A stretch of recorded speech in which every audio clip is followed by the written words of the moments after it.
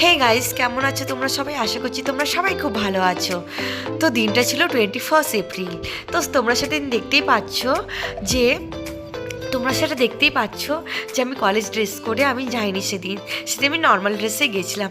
আর আমি বাড়ি থেকে বেরিয়েছিলাম 10:30টার সময়। দেখতে দেখতে আমি ইউনিভার্সিটিতে পৌঁছেও গেছিলাম খুব তাড়াতাড়ি।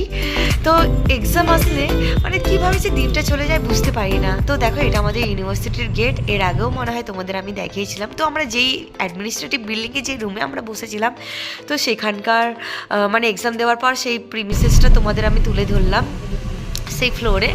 তারপরে আমরা বেরিয়ে পড়েছিলাম সেখান থেকে। তো বেরিয়ে আমরা, এটা হচ্ছে কাজীবাড়ি রোডটা। তো আমরা ভাবলাম যে মানে কয়েকটা বন্ধুরা মিলে প্ল্যান করেছিলাম, তো যার মধ্যে দু একজন হয়তো যায়নি আমাদের সাথে। আমি, তিয়াশা, দীপ আর দীপিকায় গেছিলাম। প্রথমে ভাবলাম যে আমরা ডিবাপি বিরিয়ানিতে যাব।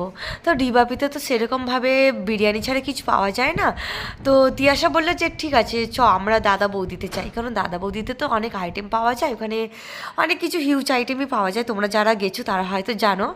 তো যাই হোক, এখানে হয়তো কোনো একটা ব্যাপার নিয়ে হাসাহাসি হচ্ছিল। আমি নিয়েছিলাম সেদিন ফার্স্টে তো স্টার্টার হিসেবে চিকেন শিক কাবাব এখানে নেওয়া হয়েছিল স্টার্টার হিসেবে। তারপরে আমি নিয়েছিলাম Szechuan noodles and garlic chicken. আর দীপিকা আর দীপ নিয়েছিল চিকেন বিরিয়ানি। কিন্তু বিরিয়ানির কোয়ান্টিটি বলতে গেলে এখানে খুবই কম, মানে কমেই গেছে বলতে গেলে কোয়ান্টিটিটা।